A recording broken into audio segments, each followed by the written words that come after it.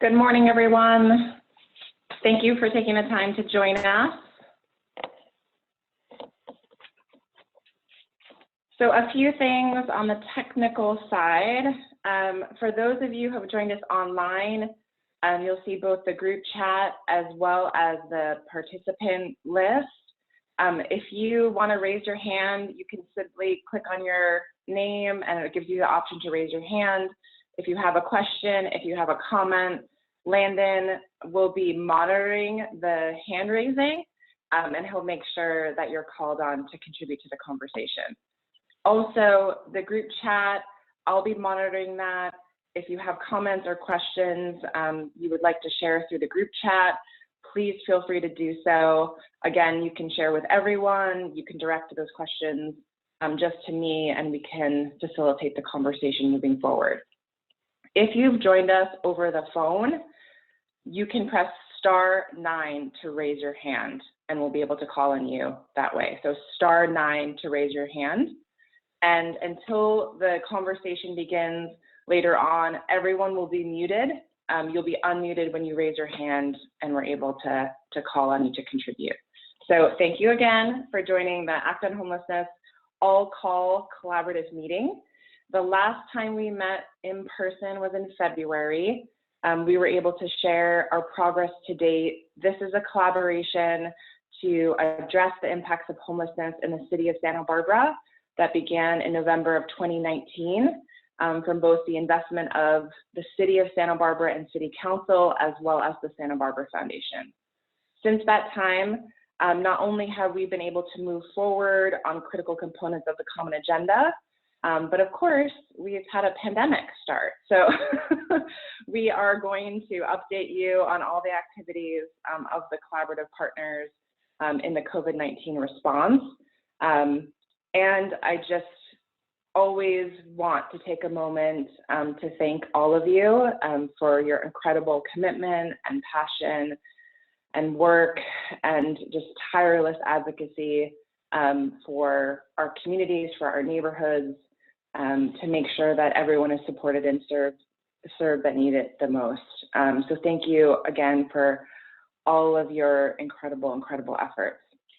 As we move forward, we just wanted to start with the work of the steering committee. So the structure of the collaboration is that the all-call partners are every partner organization that's committed to or doing work or is advocating for all of the aspects of homelessness in our communities. And anyone is welcome to join and participate, ask questions, contribute to the dialogue, provide suggestions, share data.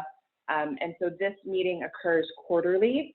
We did postpone a meeting because of the COVID-19 response efforts, but we are back on track and we will share the next meeting date with you at the end of this meeting. And then we have the steering committee, which is the leadership of the collaboration. And this is an 18-member leadership group representing diverse organizations, sectors, perspectives, and really embodies the work that we're trying to do in terms of addressing the impacts of homelessness. And they are leading the effort to develop the goals for the common agenda, as well as the problem definition that we'll share with you shortly. So this leadership team was shared with you at the last meeting, and we're happy to share that information with you if you're interested in terms of who the leadership is of this collaboration and how that's facilitated. So the steering committee met for the first time since the COVID-19 response effort last week, and we were able to advance a couple of components of the common agenda forward, as well as start the dialogue of what has shifted in terms of priorities because of COVID-19. So I think a lot of the partner organizations and leaders that are working to address homelessness know that we can anticipate things to be even more challenging moving forward and what that means for the work that we're trying to accomplish. So that dialogue has started at the steering committee level. We're going to continue that dialogue today just in terms of what we're learning about each other, what we're learning about needs in our community, what we're learning about coordination and collaboration. So not only we can incrementally improve over the remaining response phase, but knowing that in emergency management, we call it recovery, but I'm trying to stay away from the recovery word because it's not recovery. It's not returning to where or what things used to be. Really, SB Act is trying to adjust and create a new normal, one where our marginalized populations are treated and supported and their needs are met, but also that we have equity and accessibility and inclusivity. I think this is an opportunity to really reframe and transform what the new normal is. And so I know our partners are committed to that. I know we've been committed to that for decades. I think this is our opportunity to really look at things differently and engage differently. So that's what we're coming from in terms of perspective. And again, that we're going to be here every step of the way, facilitating coordination and collaboration through all the challenges that are ahead of us. So thank you for your endurance and commitment through what we know is going to be a difficult few years ahead. So moving into the common agenda. So we have a couple of critical components of the common agenda and the collaborative structure in terms of how we work. So the guiding principles we shared with you at the last meeting have been ratified by the steering committee. This is how we work and engage with each other, how we make decisions, how we honor the contributions from partners, how we respect each other, how we engage in dialogue, to ensure that everyone is heard, that we're able to have multicultural discourse, that we're able to have respectful conversations, and that everyone's opinion and everyone's experience matters. And so we want to honor that in any solutions or goals that we create moving forward. So that is the work of the guiding principles, and those were ratified early on by the steering committee. Going into the problem definition, this is what is it we're trying to accomplish, and also really clarifying what it is that we're not going to be able to either embrace or focus on or prioritize moving forward. We know that homelessness is incredibly complex. There's a lot of components to it. There have been efforts in the past to end poverty, to end homelessness. We're trying to reframe that to say there are things that we can do right now. And I think the work of the partners every single day needs to be captured, needs to be supported, needs to be facilitated, so that people feel that something's being done to address their circumstances, to address what their personal experiences are, to address their safety concerns, to address the economy and economic impact to their businesses, while we're working to larger and broader objectives, like more shelter beds, more affordable housing solutions. So the collaboration is focused on both, and there has been some prioritization at the steering committee level of what we can do in a 2 or 3 year period. So the problem definition is the start of that, and we've also taken a lot of the data from interviews with all of you about what your priorities are as leaders, as organizations, and synthesizing that to say, okay, of all the organizations, I think we're upwards of 85 organizations as part of the collaboration, what are the common priorities that we can all be collectively working on moving forward? So we're still in that process. We're drafting those goals. Now that COVID-19 has been happening in our communities, and we know the impact is going to be much more than significant. It's going to be life-altering for a lot of our residents, what those goals need to be in light of that. So that's the conversation that the steering committee is tackling over the next 6 weeks. So we wanted to share with you the problem definition that was ratified last week for the Act on Homelessness collaboration. So we have landed on, and actually Landon, can you read that? Because I have too many screens open at one time. Yes, I can. Great. So the problem definition is our community members in the city of Santa Barbara are experiencing, oh, excuse me. I'm having some trouble seeing it on my end as well.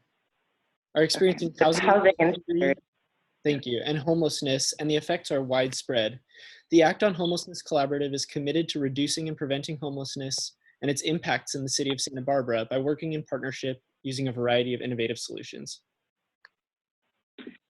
So a few things I want to highlight from the steering committee dialogue and conversation was really looking at this collaboration doesn't exist because homelessness has increased exponentially. That is data that has been captured. Some of that shows increase steadily over the last few years. Some of that doesn't. Some of it shows an up and down. The point in time count, again, is data that we rely on with HMIS, the Homeless Management Information System, and then data that isn't captured through those data management systems by individual providers. So it was really the steering committee's perspective that we're not just looking at homelessness right now. The collaboration is to address housing insecurity and homelessness. We're trying to prevent individuals from the circumstances of living on the street. We're trying to support all of our unsheltered population, all of our low-income populations, all of our vulnerable populations for whatever reason.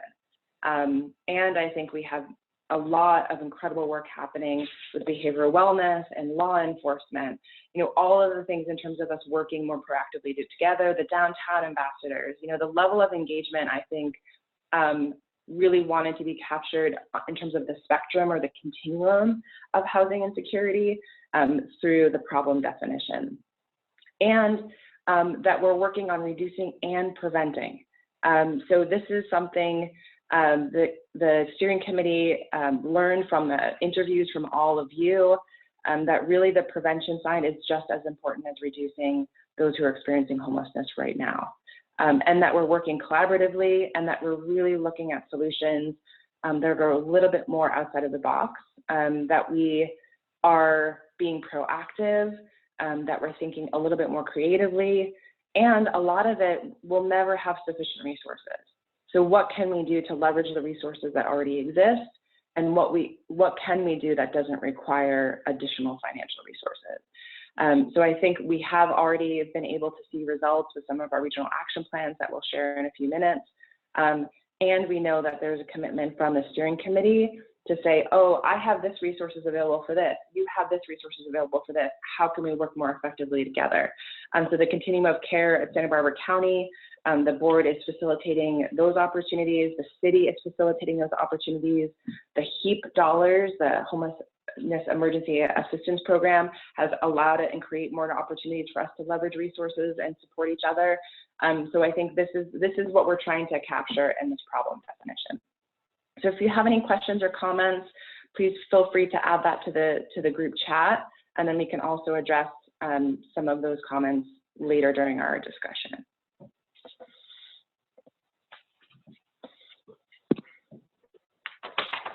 Okay, we'll move on to the regional action plan.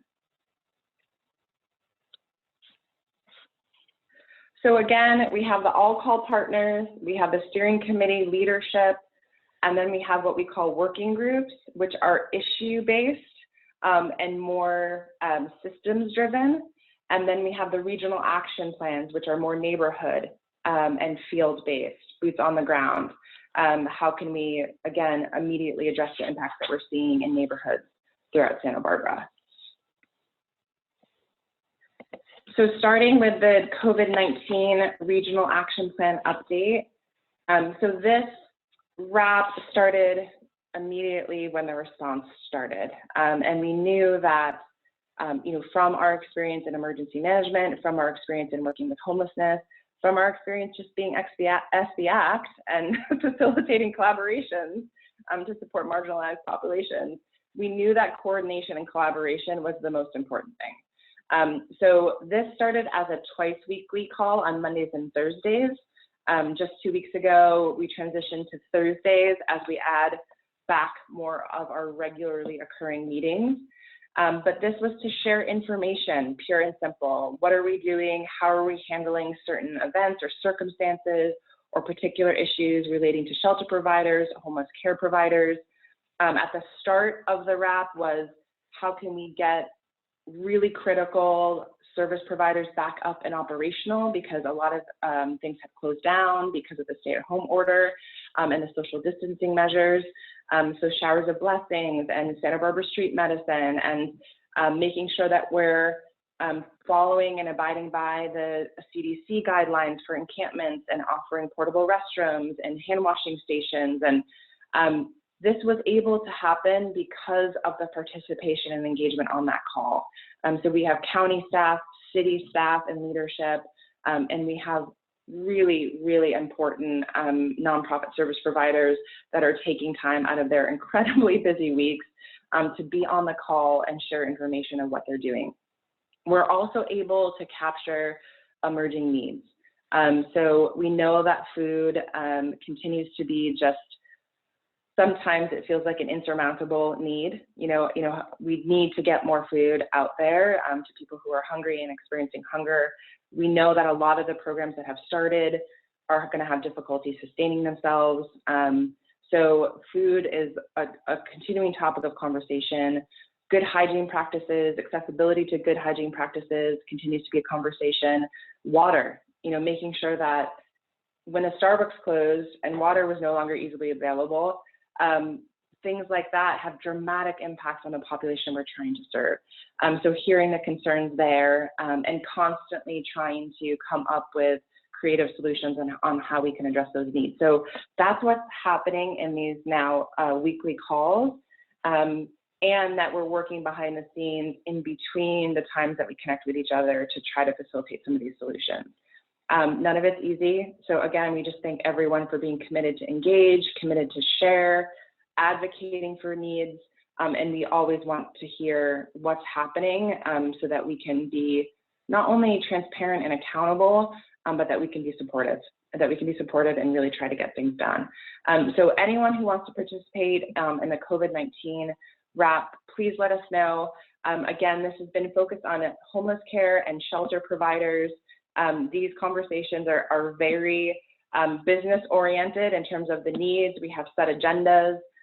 We reach out if people want to highlight particular topics for discussion. And then those conversations are facilitated by myself and the SBAC team. So those are happening now on Thursday afternoons at 3:30.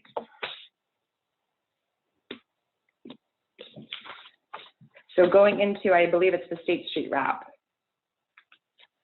So this is something we've been sharing with all call collaborative partners regularly since the end of 2019. This is continuing to happen on Fridays at 11 o'clock. And we did share the results of an initial pilot program that we did that was very successful because of the engagement from downtown ambassadors, CityNet, downtown business owners, and we were able to facilitate a number of street exits. Now, as we're seeing the numbers of individuals on State Street increasing, experiencing even more hardship, the feeding, the water, all of the things I just mentioned, this convening every single week is even more critical in terms of addressing emergency needs. And again, hopefully we can get back on track in terms of just trying to facilitate either reunification, sheltering, bridge housing, things of that nature. So Jeff Schaefer, are you on the call so you can share a little bit more details about the State Street wrap? Yeah, thank you, Barbara. Mm-hmm. Right now, the focus is on 3 specific regions of State Street that are more heavily impacted by homelessness. So another key factor of the regional action plan is working with the actual business community and downtown Santa Barbara to assist residents and business partners in the neighborhood, as encampments of small number exist, but under CDC guidelines, we're not going to break those encampments up necessarily. So we're trying to balance the ability to get food and resources and other things to people on the streets while kind of negotiating so there might be some behavior change. So even getting the porta potties out to individuals out there so that they had 24/7 restrooms was important for their health.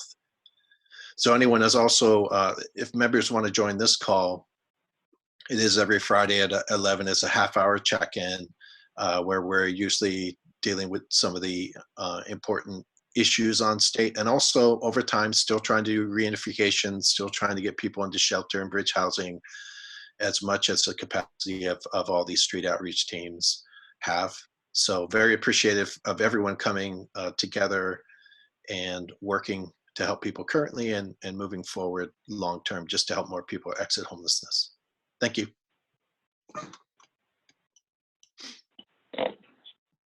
And then moving on to the Eastside Regional Action Plan. So again, we shared at the last in-person all-call partner meetings the results of an effort by the Westmont Initiative for Public Dialogue and Deliberation to really engage residents on the East Side about their concerns in regards to homelessness in their neighborhood along the main Milpas corridor, as well as to look at potential solutions. You know, what are solutions that would be agreeable to both residents as well as the work the city is trying to accomplish, and something that SB Act through the Act on Homelessness collaboration could continue to facilitate. So those were conversations already starting, and again, there's been efforts in the past, some successful, some facilitating conversation, but lacking kind of the capacity to continue that facilitated discussion moving forward. So this is really, again, an effort to understand the concerns of residents and really only bring solutions that we know are going to be embraced by the community. So Jeff, can you also speak to the recent work of the Eastside Regional Action Plan? Yeah, so going back a few years ago, I was involved on the East Side with a plan to house 10 in 1 year, working with the MCA and other partners. So was aware historically of a little bit of the amount of how homelessness impacted the community around Casa Esperanza and now Path.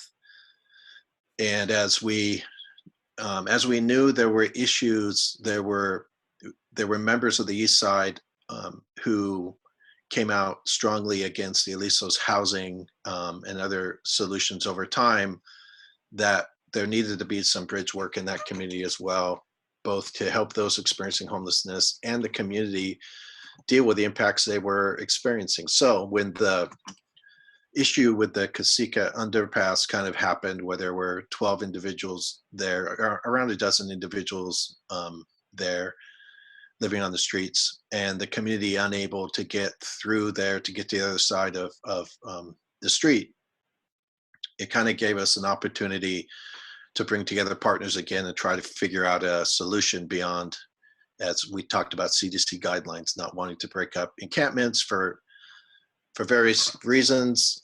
How do we help those individuals? How do we live by the CDC guidelines? And come up with a solution together. So thankfully, working with the county, with public health, with Kimberly Albers, moving the needle a little bit on how we might healthfully be able to assist these individuals and the community, and CityNet, law enforcement, various other partners. The city came forward with bringing together some money for some bridge housing through hotels.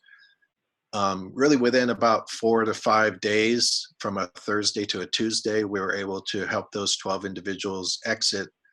Majority of those went into bridge housing, some chose not to and are still in the bridge housing. So that's good news, receiving resources and help through CityNet case management. We were able to kind of clear that space out. So through the work of the Westmont Initiative for Public Dialogue and Deliberation, through efforts like this, I feel like now we have opportunity to work really closely with the Milpas East Side community for solutions that help everyone. And I think one of the things we've learned about, even though I'm tired of Zooms, I for sure wish we could all be together in a meeting room. I think what Zoom has allowed us to do is bring together some stakeholders more easily into conversations. So we now have a monthly Zoom call just for East Side community members, stakeholders, providers, nonprofits, to start looking at the long-term solutions for the community. And so some things are already percolating as far as long-term solutions, even in the midst of while we try to deal with hotspots. So I'm pretty excited about the future of how we can work together on the east side and see greater success for all. Thank you, Jeff. And thank you for facilitating those very critical conversations. And then moving on to the Community Food Collaborative. So this is a recent effort that emerged from the COVID-19 Regional Action Plan meetings about the need for more meal distribution, more food distribution to our unsheltered population. There have been, again, incredible collaborative efforts through Home for Good, the County of Santa Barbara. There have been bag lunch programs. There is food distribution at Showers of Blessing sites. So this isn't trying to replace any of that. The Community Food Collaborative really is just trying to address the smaller unmet needs in terms of those who need and would benefit from prepared meals. So again, those individuals that don't have access to heat up food or cook food or open a canned good or be able to keep food for a longer period of time. And so this started in mid-April. We are still refining logistics, but CityNet and New Beginnings are the distribution partners. So right now we're up to a distribution of meals on Tuesdays and Fridays. That's 185 meals, both for those clients in the Safe Parking Program, as well as those individuals who are living in and around State Street through, again, New Beginnings and CityNet.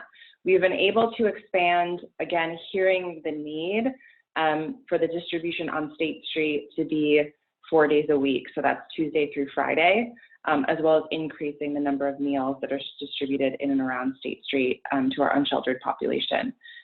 We've also been able to increase the original timeline from 8 weeks to 10 weeks, hearing again that the need longer term is going to be there, as well as supporting local restaurants and increasing revenue or offsetting the lack of revenue that they will continue to experience because of the social distancing guidelines and the stay-at-home order that has and continues to be extended.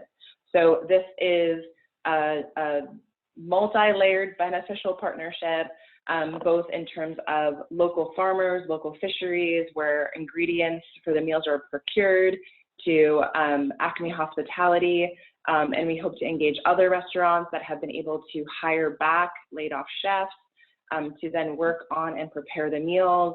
And then again, our distribution partners doing the incredible work of making sure that their clients that need it are receiving the food and healthy, veggie packed fruit, packed food that will again help our unsheltered population, that most of them have chronic health conditions, are getting the nutrition that they need to be able to withstand the symptoms of the COVID-19 pandemic.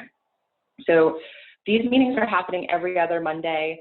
They're a check-in just on logistics. They're also a check-in if we receive additional funding, what opportunities exist to either address other unmet needs or again, expand the number of meals being distributed per week, or looking at other restaurants that we can engage with. So the next meeting is actually this coming Monday at 3:30. So if you have an interest, we've also been facilitating an ongoing dialogue about food insecurity in general, the sustainability of efforts that have started in the response phase. This conversation is also happening with the COVID-19 wrap. We're anticipating that the need is going to continue to grow exponentially, whether we're in COVID-19 response or in the aftermath. So it's something that we know a lot of agencies are committed to, and we're coordinating regularly with organizations like the Food Bank of Santa Barbara County, as well as the Community Environmental Council.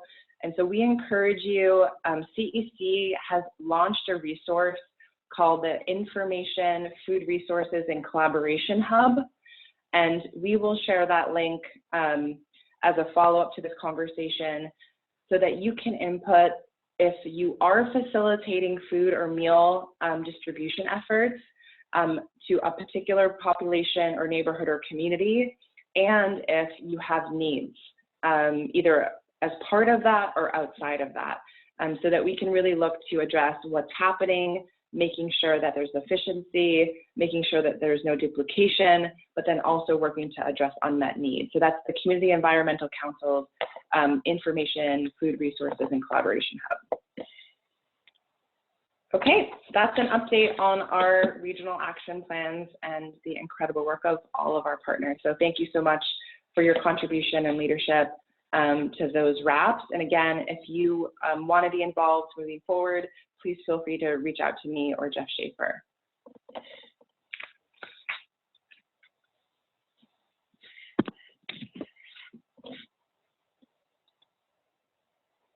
So now we're going to move into what we hope is going to be a good facilitated conversation. I know it's virtual, so it's hard to engage in meaningful conversation, but that is our commitment to all of you, is that we will continue to do that even if it's virtually.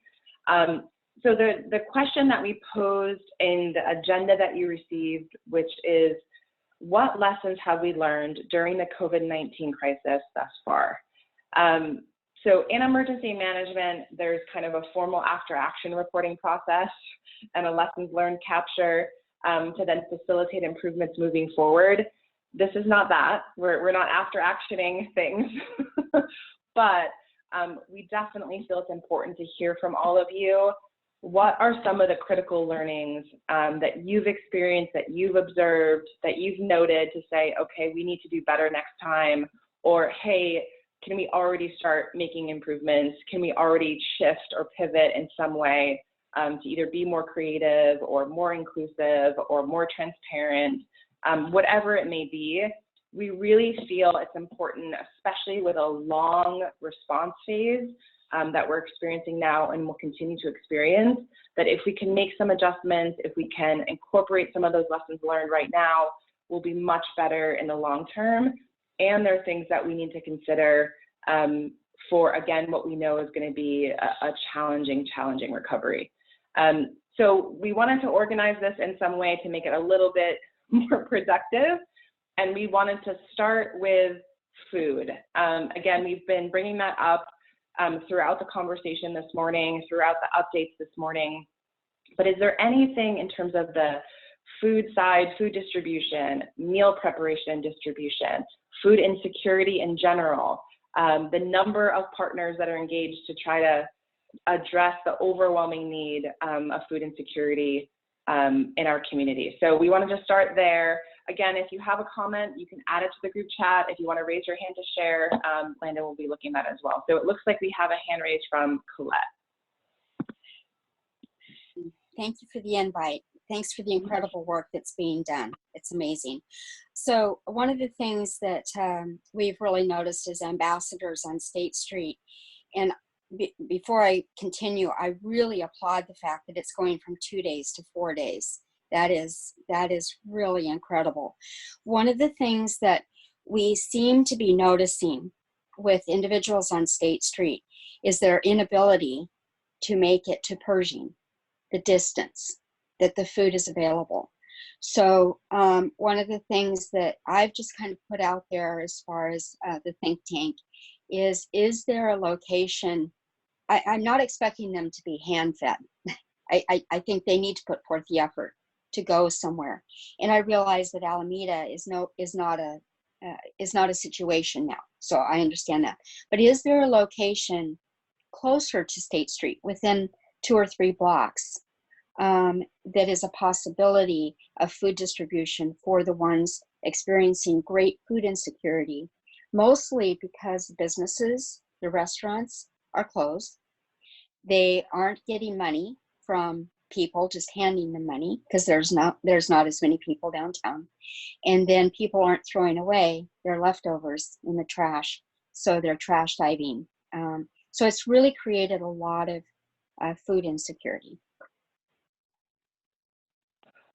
We appreciate that, and I think hearing from you in terms of the Showers of Blessing sites where food distribution is also happening, the accessibility of those sites, and then also, we have opportunities with some partners on State Street to use their locations for purposes to support our unsheltered population. but I think the worry and concern is congregation in any way. You know, if they're lining up to access resources, how we can facilitate that so we're still respecting the social distancing guidelines. So we will be diving deeper into that on the Thursday afternoon call. We know that this is an ongoing concern. It's more dire and immediate than I think it even has been in the beginning of the response phase. And so we really need to tackle this. And I appreciate that perspective because you're there every day. And you know the needs are just getting much more significant. So thank you, Colette, for sharing that. Any other thoughts in terms of lessons learned or just considerations moving forward in regards to food insecurity and hunger?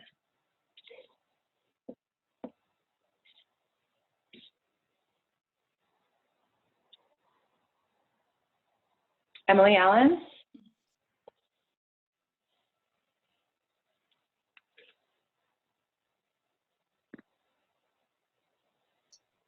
Yeah, I just want to share with people because I think we want to give credit is that, you know, starting in early March, the Miramar Hotel started donating 125 meals a day. And this month, McDonald's is donating meals. So there are exactly 200 meals Monday through Friday that are distributed in South County. And I agree with what was said. I mean, I think that we do it through street outreach because we are concerned about people congregating. But I think the Showers of Blessing, you know, they're a good example of a organization that, you know, practices the safe physical and social distancing at their sites. I think outdoor sites are easier to do that at than indoor sites. And I agree with what was said about, you know, just needing that geographic spread of sites. So I think that's something that would be a good thing to focus on. Absolutely. And again, just echoing those sentiments of Home for Good and the in-kind contributions from local businesses and restaurants have been incredible, and Home for Good is facilitating that countywide. You know, none of this would be possible without multiple organizations working and engaging in these efforts. So thank you, Emily, for sharing that, and just, yes, acknowledging the incredible donations and contributions from local restaurants and businesses. There's a question about what about Alameda Park as a food distribution center? Jeff, did you want to speak to this because you facilitated the Alameda Park meal sharing program, and that was paused for the response in terms of just respecting the guidelines and the number of people at particular locations? Yeah, just so everyone knows, I know both Pershing and Alameda, as far as their regular meal sharings, closed due to the guidelines. As though it was a tough decision, but the right decision. But there are, I know B'nai B'rith is picking up some of the food challenges. We're trying to work with them and Dr. Walls and other partners to coordinate, as Barbara talked about, coordinate these even better to make sure to find out what spots are lacking and get meals to people following the guidelines to be as safe as possible, because the priority overall is the health of everyone. And since we don't know whether we're carrying, of course, we just want to be careful with the chronic population. So my hope is that we can continue to coordinate even in greater ways and make sure that no one is going hungry. So there still are meals at Pershing and Alameda.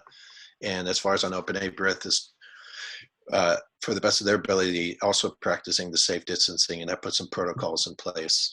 So we'll figure out more, and I think it'll be on the Thursday call discussion, and we'll keep coordinating greater efforts. Absolutely. Thank you. Thank you for sharing that. Any other comments or lessons learned or considerations moving forward in regards to food insecurity and hunger? Okay, moving on to shelter and housing.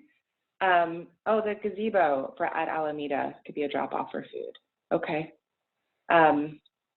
Yeah, I think we need to think about what is available to us, and considering just trying to address the really critical hunger that's happening. So Colette, do you have a question related to food insecurity or shelter and housing? Or in general?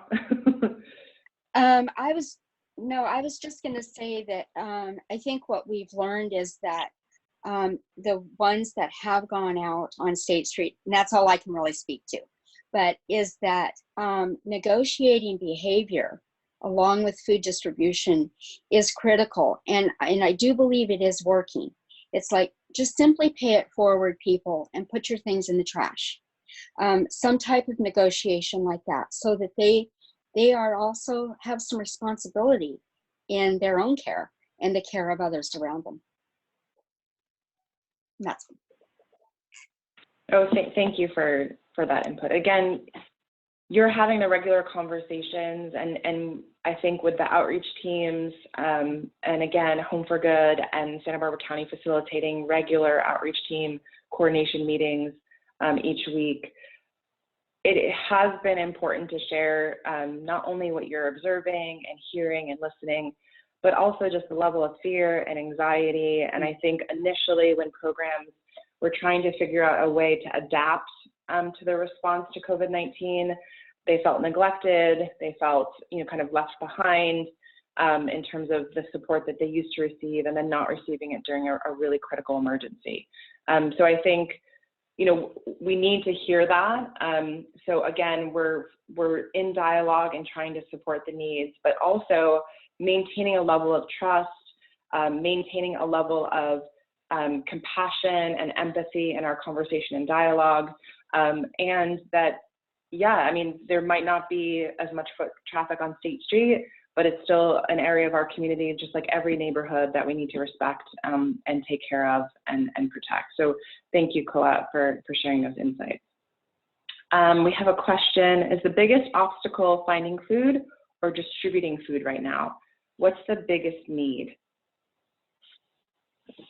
So Emily, do you want to actually respond to this, just because you have been at the food distribution with your outreach teams and facilitating those in-kind contributions since the beginning of the COVID-19 response phase?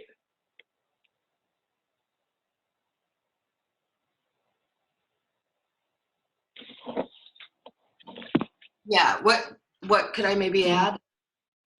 It's the biggest obstacle finding food or distributing food right now? What's the biggest need? I think what we're discussing right now is that people are probably getting, many people, a sandwich or a salad around 11:30 or noon, but by the evening, they're hungry again, and that makes sense. So one thing we've been discussing, and other groups have been discussing too, is buying more non-perishable food that could be distributed while we're distributing the prepared meals, so that people have more food to last them, for that day and even to the next day. So I think that combination of prepared food and then also non-perishable food is one of the directions a lot of us have been discussing. Thank you for sharing that. That's exactly the conversation we had with Sitting At the other day as well, is, could we do some grocery purchasing of things that we know can be easily carried and will have a longer kind of shelf life to then supplement the prepared meal distribution that's happening. And you really named it correctly in terms of the evenings. It is that time in terms of either lacking kind of staffing capacity to do distribution, or logistically trying to do distribution, and also just the changing of location of the population we're trying to serve. All of those, have been challenges logistically. So that grocery kind of non-perishable items to supplement the prepared meals is definitely where we've landed, if that answers Daniel's question. And I think Doctors Without Walls have also, I was looking at that as an effective approach too. Absolutely, and Doctors Without Walls Santa Barbara Street Medicine has been back doing their rounds, which are often in the evening. So again, they're seeing the hunger being that main concern as well. Any other comments or questions or observations? And then we're going to move into shelter and housing specifically. So I know this is a lot, and I think the lessons learned here just go around, you know, lack of shelter beds, lack of affordable housing solutions. We know again that there's a lot of individuals and families that are on the brink because they've either been laid off or are unemployed permanently, and other circumstances that we know are because of the economic recession. So any thoughts here in terms of shelter and housing, lessons learned or considerations moving forward?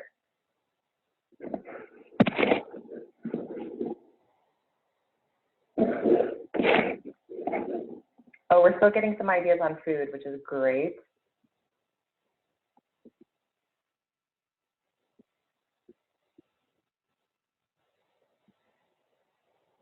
Great, thank you, Yoli. Oh, and we have a hand raised from Karen Nielsen. Hello. And then, This is Karen Nielsen with Partners in Housing. Can you hear me okay? yes. Great. Thanks for everything you guys are doing. I mean, there's not enough I can say about that. I just did have a quick comment regarding what we have experienced so far.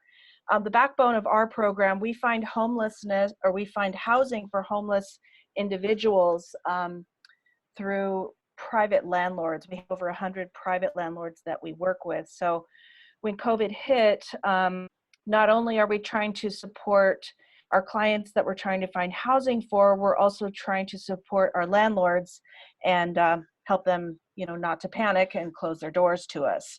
So I think, I mean, I'm sure we'll be learning much more, but what we have learned at this moment is that when the emergency or crisis hits, there is, what we have found is this initial panic that lasted, I would say, for about 2 weeks on the part of the private landlords, to where they weren't even willing to discuss housing, even ones that we were, you know, moments away from signing rental agreements with. And what we learned through that was to ride that wave and allow them to feel all those feelings, feel the panic, but for us to sort of stay in strong relationship with them, because that panic then turned to, how am I going to pay my mortgage if I can't rent out my units? And then there was this gentle opening of the door on their part, I would say around week 2, where they were willing to at least engage in conversation with us again. And I think I just credit to our staff. They were really patient and willing to sort of ride that panic wave with the landlords to get to the other side of that, and then to sort of help them through their process as well. And we have seen tremendous, I guess opening of doors is the way I'm putting it, but just a real opening up of hearts and doors on the parts of our landlords in the last 2 weeks here. So it's just something personally I've learned, and I just thought I would put my 2 cents in on that. That's great. Thank you so much for sharing those insights and experiences. And then Kimberly Albers with Santa Barbara County, you had your hand raised. Oh, all right, so I just wanted to really give sort of an update, and that also includes some lessons learned. So across community partners, which includes the veteran population, some of the efforts from CityNet, as well as Rooms Key South, we do have 99 persons experiencing homelessness in hotel rooms. And so I think the lesson learned from that is that people will say yes to services and housing. I think sometimes we have that myth, right, that people don't want help. but clearly they do. We are moving to a wait list now at the Room Key South location. So I think that's a key lesson learned. The gratefulness of our guests in particular, again, I don't have experience with the others, it's just sort of a profound, also just, you know, almost every day, just right, saying again how grateful they are for the opportunity to be somewhere safe during this time. And then I think as kind of moving forward, I don't know if you're there yet. Do you want me to wait on that or go ahead? No, go ahead. Okay, so hopefully everyone is aware that there is state funds that are due. The application is already due on this Friday, over $1 million in rental assistance, incentives for landlords, and youth-specific monies to address homelessness that is being facilitated through the county. So too late if you haven't gone to the bidders workshop, but I think we have 9 or so applicants at least that'll be getting money into the system in the coming weeks. And we anticipate also putting out another notice of funding availability on May 20th. So coming up very, very quickly for emergency solutions grant funding, which is generally used for shelter and rapid rehousing, as well as we have a large grant for permanent supportive housing that needs to be, we need to find a provider to assume that grant, as well as we anticipate, again, in early June, or actually, yeah, early June, some of the community development block grant CARES funding that will help with rental arrears as sort of a homelessness prevention strategy, as well as rental assistance for families affected by the crisis. So really keep your ears open, lots of different funding sources coming in. We're trying to combine those into that May 20th NOFA release, not the CDBG funds, but these other sources to kind of eliminate confusion of all these, the different sources, but did want to really get that out to be looking for May 20th. Thank you applicants who are working on the HAP applications right now. And just, we have a population that wants housing and wants shelter. And so as we work together to look at those longer term solutions, it's been really encouraging doing this project with the hotel rooms.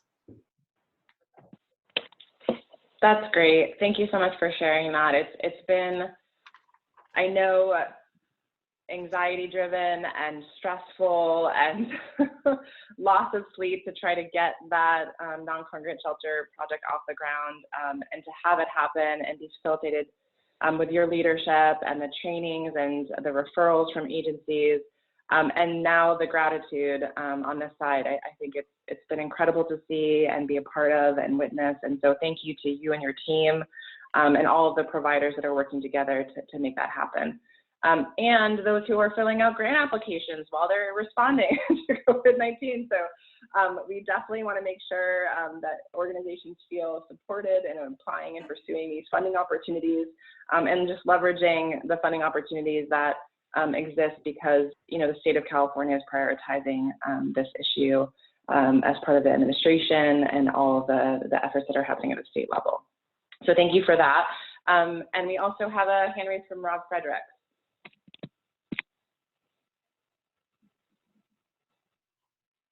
Hi, good morning, everyone. Good morning, Barbara. I wanted to let everyone know that we just received yesterday a notice from HUD, Housing Authority Notice 2020-09, if anybody's interested.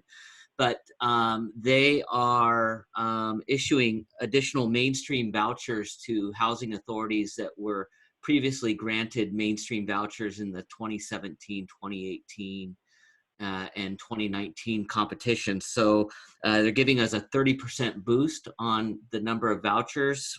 So that translates for us 26 additional mainstream vouchers that HUD will be getting funding out to us very quickly. So it's just another funding source that's available for us to be able to issue vouchers to those in need. So I wanted to let everybody aware of that. That's okay. Great news. And Emily from Home for Good said the same thing. That's great, great news. Yeah. Thank you, Rob. And Ralph from Public Health, I just saw your comments. Everyone, thank you for joining us. Ralph has been just a key partner with information sharing, coordination of services, and keeping our collaboration and partners updated regularly and answering questions at critical times. The homelessness task force is at 11. We will be ending this meeting and this call at 11 because we know a lot of providers need to join that task force call. Any other comments about just lessons learned or considerations moving forward for shelter and housing?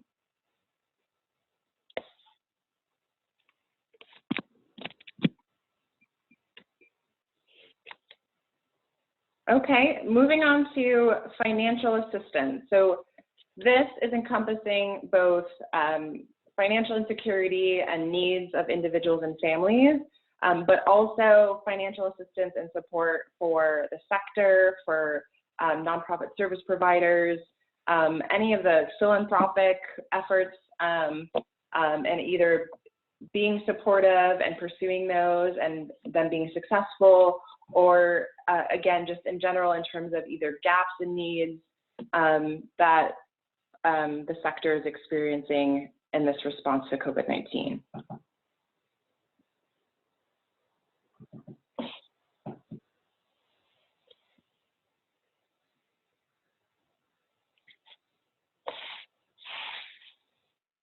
Do providers feel that they've had access and that you've had access to resources that when you need it to be able to do the critical work you're trying to do? And just addressing the financial needs of your clients.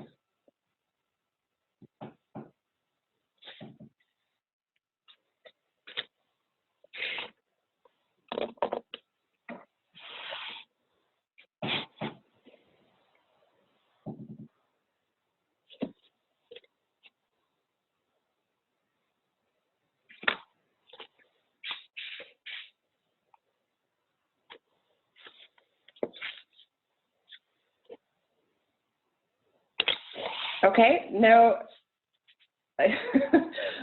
Landon just said privately to me they haven't had their coffee yet, but I know that's not true.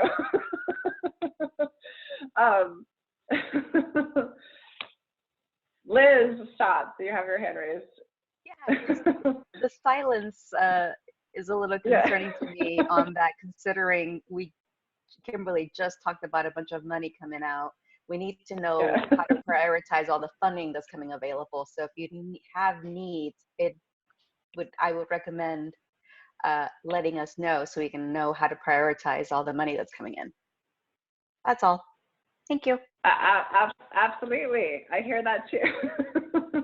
There's really important people on the call, folks. So, but if you want to advocate, if you want to communicate your experiences or your needs, please let us know. So Emily, Alan, you also had your hand raised.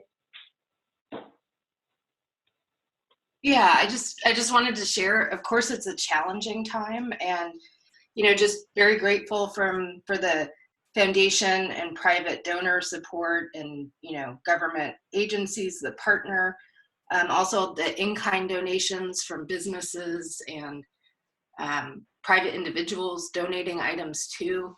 But, I think it's been, like I said, it's a challenging time, but there have been some really great partnerships that have also come out of this. So, just like the solar chargers that we helped to get with Unite to Light, I think that that's something we want to continue even after, day centers and other facilities open up again, because we just have learned more about that need. So yeah, I just wanted to say, I think it's, it's been a challenging time, but it's brought about some really good partnerships also. I completely agree with that. I think, that has been the experiences of SBX and a lot of the partners in the collaboration.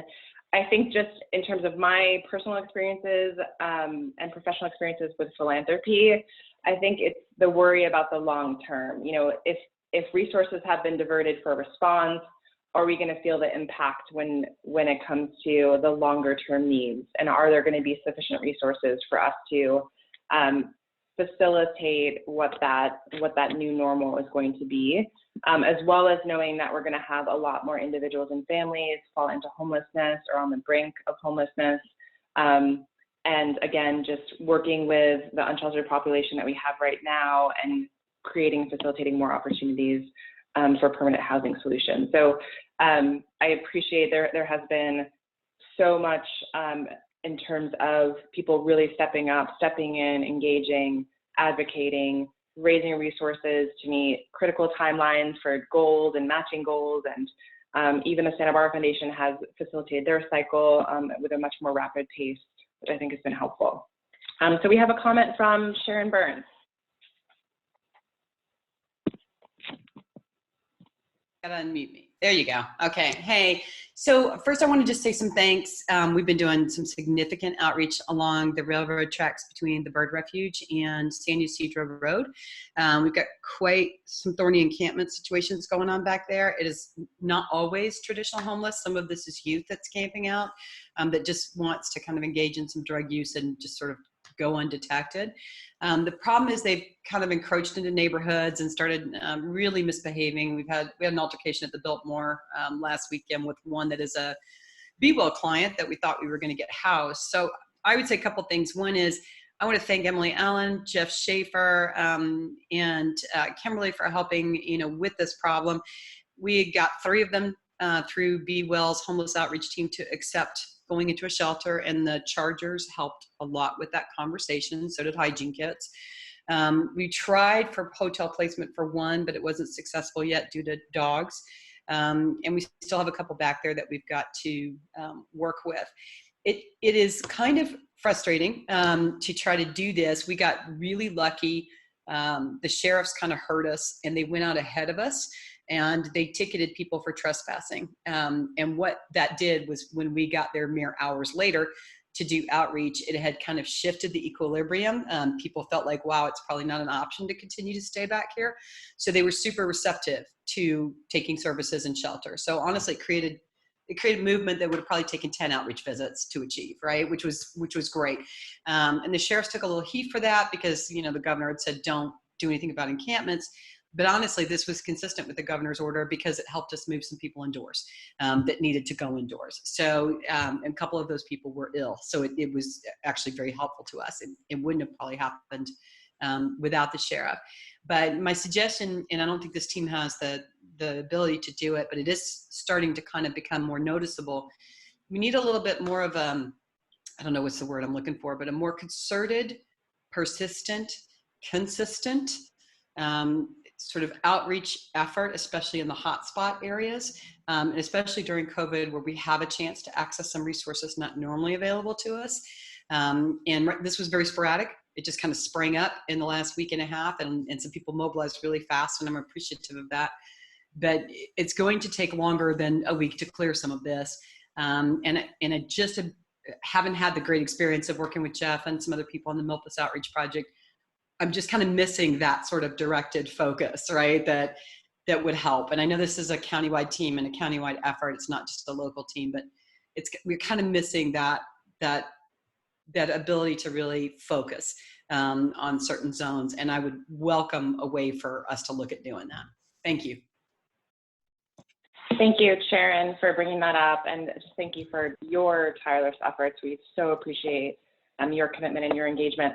The RAPs are our concerted effort. I think the RAPs have shifted a little bit with the COVID-19 response in terms of what's possible, not possible. So the State Street RAP did start with the concerted, persistent, intensive case management, again, to facilitate the level of openness and trust building that is required for people to be open and accepting of services and support.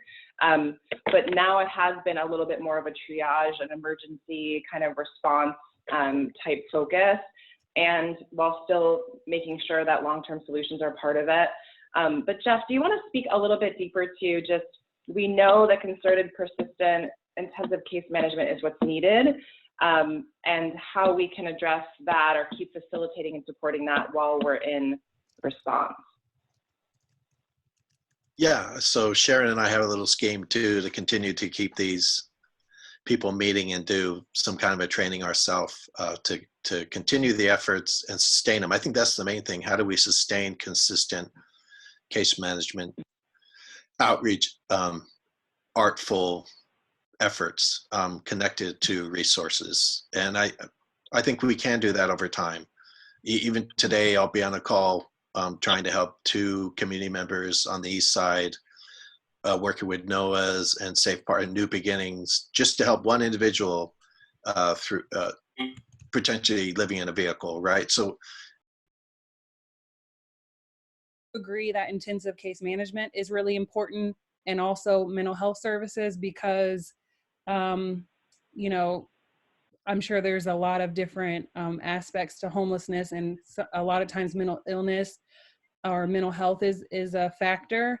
And so I like to think I have a right mind, but this is stressful for all of us. So I can imagine when you have dual diagnosis and all this stuff, and then homelessness. So just creating like a holistic approach to attacking homelessness. That's kind of what we're trying to create. We're in the beginning stages. We're looking for property out here. We've come in contact with some national organizations like Real Estate for I think it's a real estate company that actually people can donate their real estate, and then I think it's Real Estate for a Reason or Real Estate.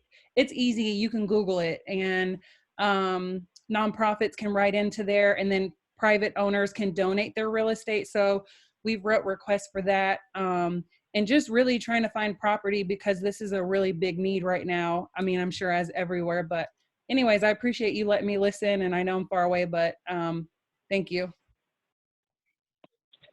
Okay, super cool. I'll just say, like, virtual allows us these opportunities. So thank you so much for signing on and participating with us. And again, we hope that you continue forward with us. I think lessons learned and the work of other communities in combination with what we're doing. I mean, we're all in this together for sure. And just even hearing the resources that you're pursuing is super, super helpful.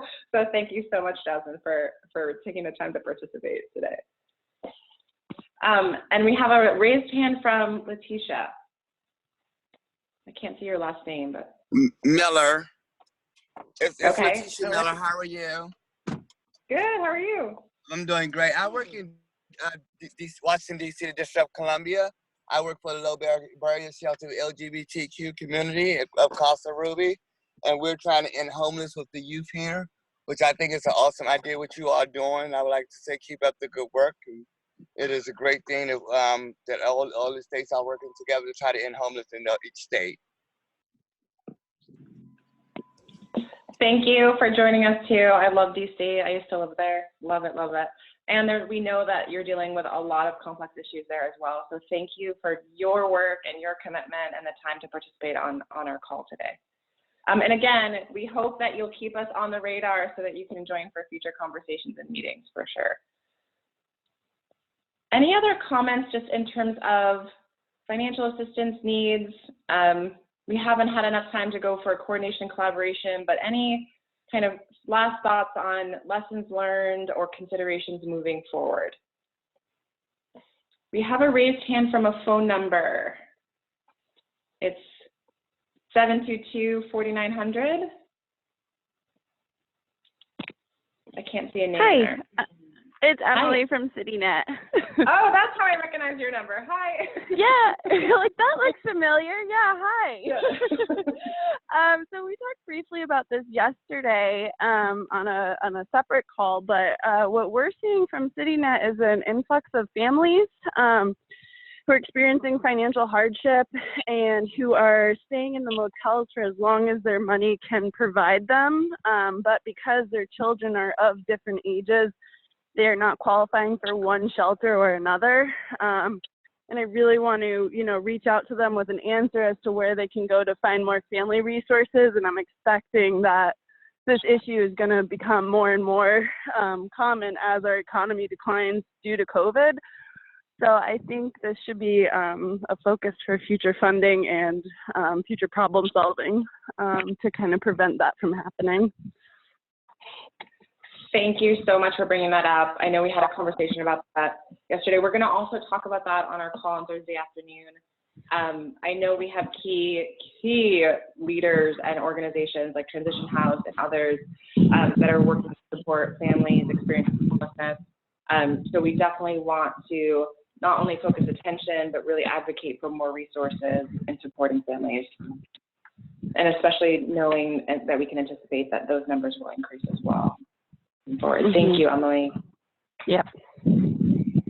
And then we have a comment just from Yoli about coordination and collaboration.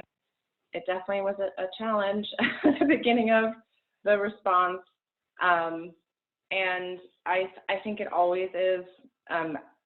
The Santa Barbara community, as well as the county, have had various efforts of coordination and collaboration kind of in day-to-day programming and services and issue areas, and kind of transitioning that to response, or having the right players be knowledgeable of the collaborations that exist to then utilize and leverage that for emergency response and recovery.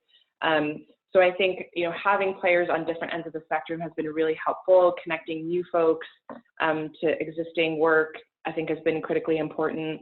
But because this particular emergency, disaster, pandemic, economic emergency, I don't even know how to label it anymore, has just touched everyone in a very significant way, has touched all of our communities in a very significant way.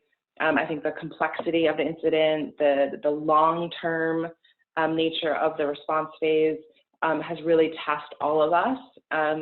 And I think we've seen incredible things emerge, incredible collaborations emerge, innovative work and approaches come about.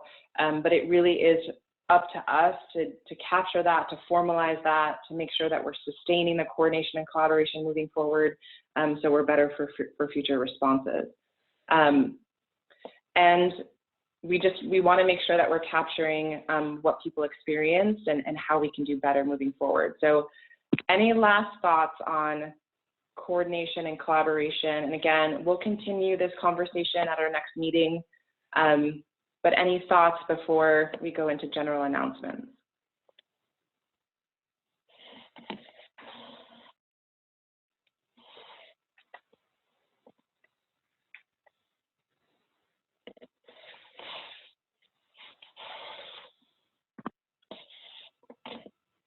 Okay, general partner announcements, our last few minutes. And again, the next all-call meeting will be Wednesday, August 12th at 9:30.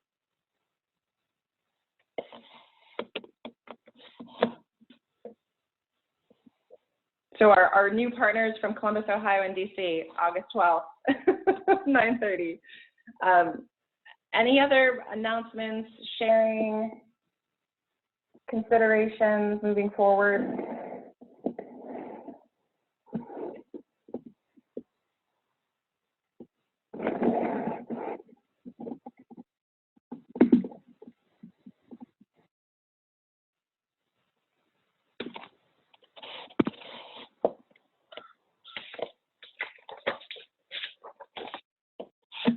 Okay, we appreciate you starting your day with us, if you didn't start earlier than this, and joining us virtually. We really appreciate the information and the dialogue.